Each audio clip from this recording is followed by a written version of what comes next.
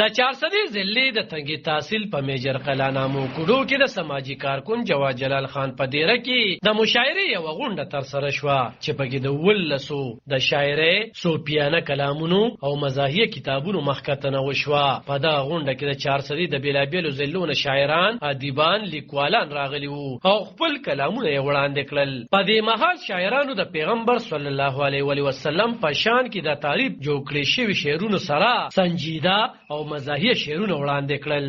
په کائنات کې مې سوخ کلی د جانان ندی، الله نه پسې د مقام مخکې مولانا ندی. الله قسم خورې د محبوبا په ښایسته ښکلي رخسا او ټول مخلوقات کې او ټول مخلوقات کی دومره زیاسو کال شان ندی.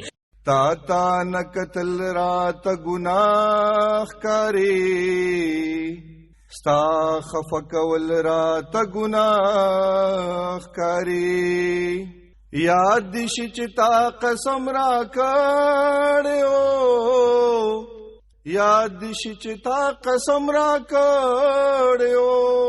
هغه ماتول رات گناہ کاری، ستا خفکول رات گناہ کاری.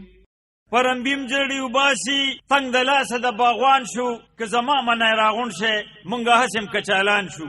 او هسې پاڼې زمونږ غټې چې ولاړ یو په پټي کې، دکاندار له کور کوو ګټه چې شو تلې ته چابړي کې، چې د خرڅه شو کم پاتې بیا خزله د ډیران شو. که زما منی راغون شه مونږ هسم کچالان شو.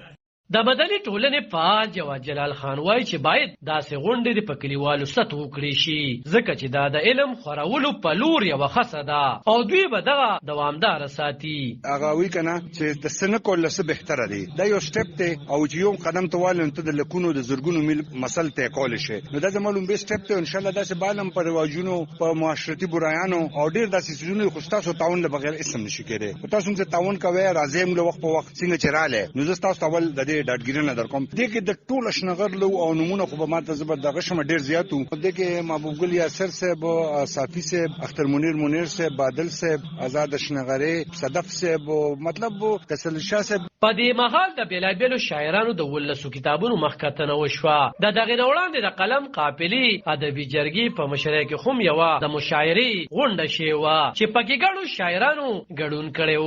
په دغه مهال عبدالخالق بادل، محبوب ګل یاسر، آزاد اشنغري، اختر منیر، سمندر خان عثمان خیل، میا قیصر علی شاه کاکاهیل، آیات ګل آیات، اجمل خان اجمل، متوایر شاه او دغه شانتي یو شمېر نور تکړه شاعران موجود وو چې خپل کلامونه وړاندې کړل. غالب خان شیرپو، دلبر نیوز، نامو کوډو تحصیل تنګي.